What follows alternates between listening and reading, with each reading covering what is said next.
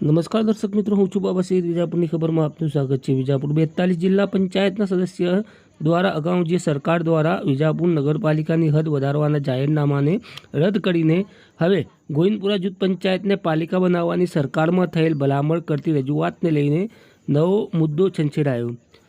જ્યારે વિજાપુર હિતરક્ષક સમિતિ દ્વારા આ મુદ્દે વિરોધને લઈને આવતીકાલે તારીખ 20/3/2025ના ગુરુવારે વિજાપુરના વેપારીઓને બંધ રાખી બપોરે 1 વાગે વિજાપુર નગરપાલિકાથી વિજાપુર મામલેદાર કચેરી ખાતે મૌન રેલી સ્વરૂપે પહોંચી મામલેદારને આવેદનપત્ર આપવામાં આવશે.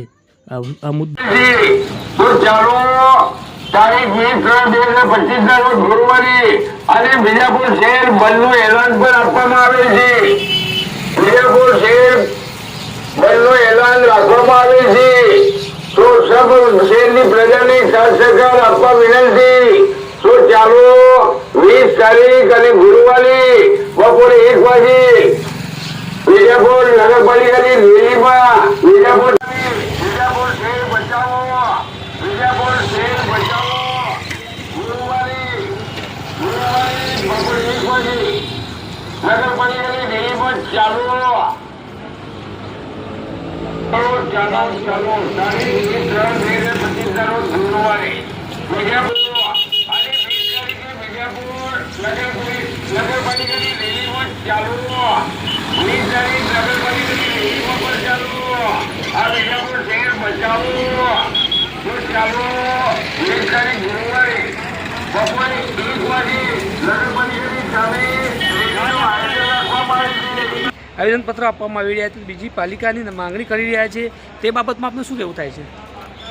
હું આપના માધ્યમથી વિજાપુર હિત રક્ષક સમિતિ જે આવતીકાલે 20 તારીખના રોજ રેલી સ્વરૂપે જે મામલતદારશ્રીને આવેદનપત્ર આપવાનું નક્કી કરેલ છે તેને મારો સંપૂર્ણ ટેકો છે. કેમ કે વિજાપુરનો વિકાસ એનો એકમાત્ર વિકલ્પ કે નહીં કે બે નગરપાલિકા અલગ અલગ એક મોટી નગરપાલિકા બને, તેમાં જ વિજાપુરનો વિકાસ થાય એમ છે. અને વિજાપુર, હું તો એમ કહેવા માગું છું, જે લોકો ના સમજણ અથવા અસમજણમાં આ વસ્તુ કરવા જઈ રહ્યા છે એમને એવું કહેવા માગું છું કે વિજાપુર શહેર હતું તો બાજુમાં સોસાયટી વિસ્તાર ડેવલપ થયો છે. તો જે ડાળી ઉપર બેસાય એ ડાળીને કાપવાની બદલે એ વૃક્ષને મોટું કરવું જોઈએ અને બધાએ સાથે મળીને વિકાસ કરવો જોઈએ.